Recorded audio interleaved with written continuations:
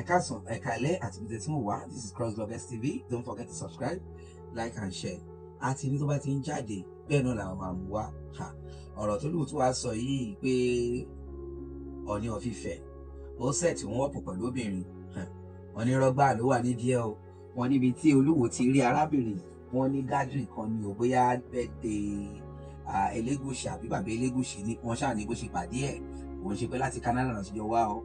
Arábìnrin yìí tú pẹ̀rẹ̀pẹ̀rẹ̀ ẹjọ́ ẹ wá nǹkan fìdílé nǹkan àjọgbọ́ gbogbo bó ṣe ń lọ. Wọ́n ní àṣírí Olúwo ti tú pátápátá lórí ìyàwó Canada. Rashidi ṣorí sọ̀rọ̀sọ̀rọ̀ láyé ẹ̀ kó máa rántí ẹni tó mọ ọ̀rọ̀ gbọ́. Ṣorí ìyàwó ẹ̀ tó sọ wípé Ọọ̀ni ìrìṣà gbé lọ sóòtẹ̀ tó ló mú wá láti Canada. Irọ́ ló pa ò mú wá láti Canada. Ṣé ìwọ ti gbàgbé lọ́jọ́ kìíní àná? Ọ̀dọ̀ Elégùṣì ló ti rí ìyàwó yẹn, bàbá wa Elégùṣì ọ̀dọ̀ wọn ló ti rí ìyàwó yẹn ní Èkó.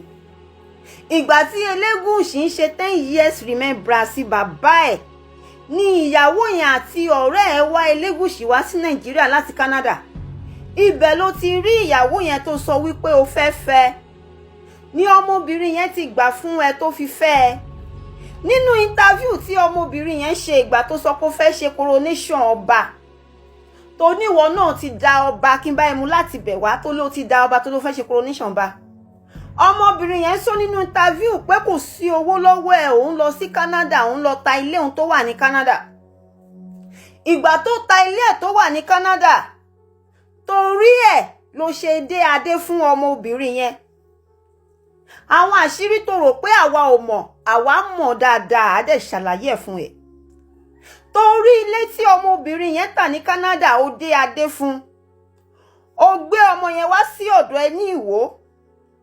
Ó wá tó àsìkò kan ó bẹ̀rẹ̀ sí ní na ọmọ yẹn ní ìlú Bàrà pẹ̀lú ọmọ tó gbé dání. Má gbàgbé o, Rashidi. Ọmọ yẹn rẹ́kọ̀dù ẹ bó ṣe ń fa igbó bó ṣe ń yí igbó. Lady yẹn rẹ́kọ̀dù ẹ nígbà tó ń sọ fún ẹ pé òun ṣe yahoo olóò ṣe yahoo oníkàdí ló jí. Torí ọ̀rọ̀ ọmọ yẹn ló dá wàhálà sílẹ̀ láàrin ìwọ àti ọba Elégùṣì Dàìní. Torí ọ̀dọ̀ ọba Elégùṣì ló ti mọ ọmọ yẹn kó tó dípò bẹ̀rẹ̀ sí ní maltreat ẹ̀. Ìgbà tó bẹ̀rẹ̀ sí ní maltreat lady yẹn wá sọ fún ẹ pé òun fẹ́ máa lọ kò sówó lọ́wọ́ ẹ̀. Lady yẹn wá bẹ̀rẹ̀ sí ní yà káàkiri lọ́dọ̀ àwọn ọba. Elégùṣì ló kọ́kọ́ lọ́ọ̀jì lady yẹn sí hòtẹ́ẹ̀ pẹ̀lú ọmọ tó gbé dání pé torí òun ló jẹ́ kó mọ̀ òun, wọ́n ló jẹ́ kó mọ ìwọ. Ó lọ́ọ̀jì ẹ̀ sí hòtẹ́ẹ̀, ó bá ṣe gbogbo pépà, ó arrange bá ṣe travel out padà sí Canada, ṣó ti gbàgbé ni. Ìgbà yẹn ìwọ jáde síta, ó wá sọ fẹ́ Elégùṣì wípé ṣe l'Elégùṣì ń fẹ́ ìyàwó ẹ̀. Ṣó rántí bí wà tí Elégùṣì ṣe close tó? Ṣé o rántí bí wà tí Ọọ̀ni ìrìṣà ṣe close tó lásìkò tí mo sọ yìí? Tó bá ti jẹ́rọ́ ni mo pa, bọ́ síta kó wá já mi Rashidi. Ṣé orí Ọọ̀ni ìrìṣà ẹni Olódùmarè fi síbẹ̀ ni kò ṣeé parẹ́. Gbogbo nǹkan ló fi jù ẹ́ lọ. Ẹlẹ́ẹ̀kejì Rashidi, oníwọ ló jẹ́ kí Ọọ̀ni ìrìṣà di ọba, oníwọ ló ràn lọ́wọ́, irọ́ ló pa ọ́. Ṣé o ti gbàgbé ni? Ṣorí ìdílé àwọn Ọọ̀ni ìrìṣà wọ́n ń di ọba ń bẹ̀. Ìgbà tí Síjú Adé àná wàjà, ìdílé méjì náà mú láti lè ní pé kó di ọba tó jẹ́ ìdílé ọ̀tọ̀ọ̀tọ̀. Ọọ̀ni ìrìṣà ní ẹ̀gbọ́n ọkùnrin méjì síwájú. Bẹ́ẹ̀ ló tún ní sẹ́yìn ní àbúrò. Jẹ́ kí n ṣàlàyé fún ẹ. Ṣorí ìgbà tí ìdílé méjèèjì tán wo ẹni tó capable. Wọ́n rí pé àwọn ìdílé Ògúnwùsì ni wọ́n máa gbé Canada náà ló wà lóòótọ́. Ṣòwárí ìgbà tán wá sọ wípé ìdílé àwọn Ògúnwùsì náà máa gbé. Ẹ̀gbọ́n méjì sì wà níwájú Ògúnwùsì tó jẹ́ wípé ẹ̀gbọ́n ni ọmọ bàbá ni wọ́n. Wọ́n wá wo àwọn mẹ́tẹ̀ẹ̀ta tó yẹ kán mú nínú wọn. Wọ́n wá àwọn mẹ́tẹ̀ẹ̀ta wá finú konú wọn fi kùlùkù. Wọ́n wá wò pé kán kúkú fàbúrò wọn sílẹ̀ torí àwọn tó wà l'Amẹ́ríkà náà wọn sí Nàìjíríà wọn ráyè they have their own business to do. Mo dẹ̀ mọ̀ pọ̀rọ̀ tí mo ń sọ yí ẹ dáadáa. Òun náà fi gbé Ọọ̀ni ìrìṣà sí orí ipò yẹn. ó ní onírìṣà ṣe dá onírìṣà dá ẹ ní ó dẹ̀ mọ̀ wípé tó bá wọ onírìṣà láti òkè dé sàlẹ̀ wàá mọ̀ wípé olódùmarè mọ̀ọ́mọ̀ dá adé mọ́ ni olódùmarè dá ọlá mọ́ olódùmarè dá ìyì mọ́ olódùmarè dá ògo mọ́ lára Rashidi. má gbàgbé o ọjọ́ kìíní àná tó fẹ́ jẹ ọba tó wá sí Nàìjíríà ó lọ bá onírìṣà níbi tó ti ń ṣe ayẹyẹ ó dọ̀bálẹ̀ gbalaja. ìgbà tó jẹ ọba tán Rashidi bàbá kan sì bọ́ síta ní last week bóyá last 2 months tàbí last 3 months tó lóun ló ń bá ìyá Toyota Corolla. onírìṣà gbé mọ́tò fún ẹ àbí mo parọ́? onírìṣà fún ẹ lówó gbé owó fún ẹ tó bá ti jẹ́rọ́ ní bọ́ síta káwájà. àwọn Ẹlẹ́gùṣì gbogbo àwọn bàbá mi tó ń jẹ́ kábíyèsí tẹ́jọ wà ní Canada wọ́n dìde ìrànlọ́wọ́ sí ẹ kó tó débi tó dé ìní Rashidi. ó wá ní onírìṣà ń fẹ́ yàwó ẹ tóbìnrin bá tiẹ̀ wá tó ní gbogbo ilé ayé tá a bá tiẹ̀ wá róbìnrin mọ́ wá kan tìyàwó ẹ.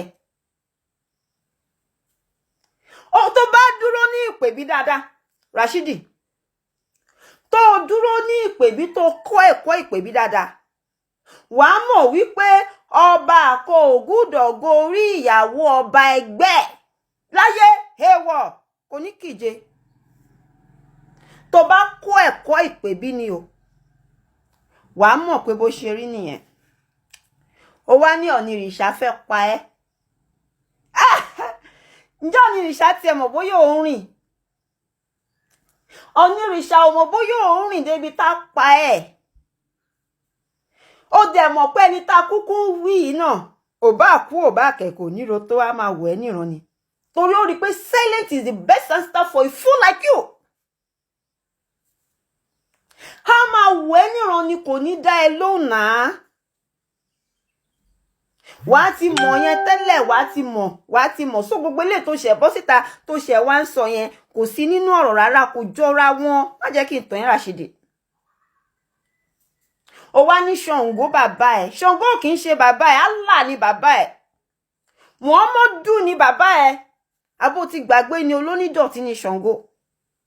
ó ní Ògún tó ń pààyàn kiri báyọ̀ wá ní Ògún òun pààyàn olóògùn òun ṣe àlùmọ̀pá lóòótọ́ ni Ògún tiwa kì í pààyàn Ògún tiwa máa ń mójú ẹni ibi síta ni Ṣàngó á mójú ẹni ibi síta Ọbàtálá á mójú ẹni ibi síta gbogbo àwọn irúnmọlẹ̀ tiwa wọ́n mójú ẹni ibi síta ni Rashidi. mo dẹ̀ mọ̀ nǹkan tó ṣe ẹ́ o Rashidi mo mọ̀ nǹkan tó ṣe ẹ́ ṣebí torí ọdún ọlọ́jọ́ tó ń ṣe ni ọdún ọlọ́jọ́ tó ń ṣe ni orí adúrú iyì tí onírìṣà gbà orí bí onírìṣà ṣe gba yìí tó ara wa ta ẹ o wá bọ́ síta wá bẹ̀rẹ̀ sí ní sọ tọ́tọ̀tọ̀ lẹ́nu bẹ́ẹ̀yàn tó ti mu gbóyò tó ti mu Colorado tó wá gbọ́ o kì í ṣonírìṣà ló ní kàn yọ ẹ o tó o bá mọ̀ lẹ́ni jẹ́ ká sọ fún ẹ jẹ́ kí n sọ fún ẹ àwọn tó sọ wípé wọ́n fẹ́ kàn yọ ẹ kúrò kó ń dójú ti ìran Yorùbá àwọn ọmọ Yorùbá gidi tó wà ní diaspora àwọn ọmọ Yorùbá alálùbáríkà tán mọ rírì nǹkan tí wọ́n ní àwọn ọmọ Yorùbá tó ń jẹ́ èèyàn alálùbáríkà tó ń jẹ́ èèyàn gidi náà sọ wípé òun dójú tì wọ́n pé irú ẹ ò yẹ lọ́ba Ọ̀ṣun pé kí Adeleke bá wọn yọ ẹ́ dànù bí jìgá. má mú àtàmọ́ mọ́ onírìṣà rárá nǹkan tó pọ̀ onírìṣà ò jẹ́ bẹ́ẹ̀ ìwọ gan deep down ní ọkàn ẹ ó mọ̀ pé nǹkan tó pe onírìṣà ó mọ̀ wípé onírìṣà ò jẹ́. àwa ò dẹ̀ ní gba rádaràda yẹn láyè ìwọ ni kó lọ tú wàhálà iṣẹ́ Rashidi àti ibi tó ti bẹ̀rẹ̀ sí ní kọ ẹsẹ̀ bọ̀ àti ibi tó ti bẹ̀rẹ̀ sí ní dé adé fún obìnrin ló ti ń kọ ẹsẹ̀ bọ̀ nílẹ̀ Yorùbá gbogbo lédi tó ro ẹjọ́ oríṣiríṣi ọ̀túnmọ̀ òsì mọ́ ẹ má gbàgbé o kò kú o wà láyé kò sí bó ṣe lè bù ẹ́ kó wá máa parọ́ mọ́ àwọn olóore ẹ̀ kó dẹ̀ bù ẹ́ bẹ́ẹ̀. Mo dẹ̀ rí lady yẹn gan ní ìrẹni tó jẹ́ pé kò lè bù ẹ́ mọ́rọ́. Gbogbo ìwà tó ń wù láàfin pátá ni lady yẹn ṣe fídíò táyé rí. Onísọkúsọ. Fúnra ẹ ní respect, ká fún ẹ ní respect. Tó bá pọ́nra ilé àpọ́n ẹlé, tó bá yí ara ẹ sí ayé ẹ sí, tó bá ti sọ pé ò ready láti pọ́nra ilé àní pọ́n ẹlé. Tó bá dẹ̀ sí lóò ready láti yí ara ẹ sí àní yí ẹ sí. No sense.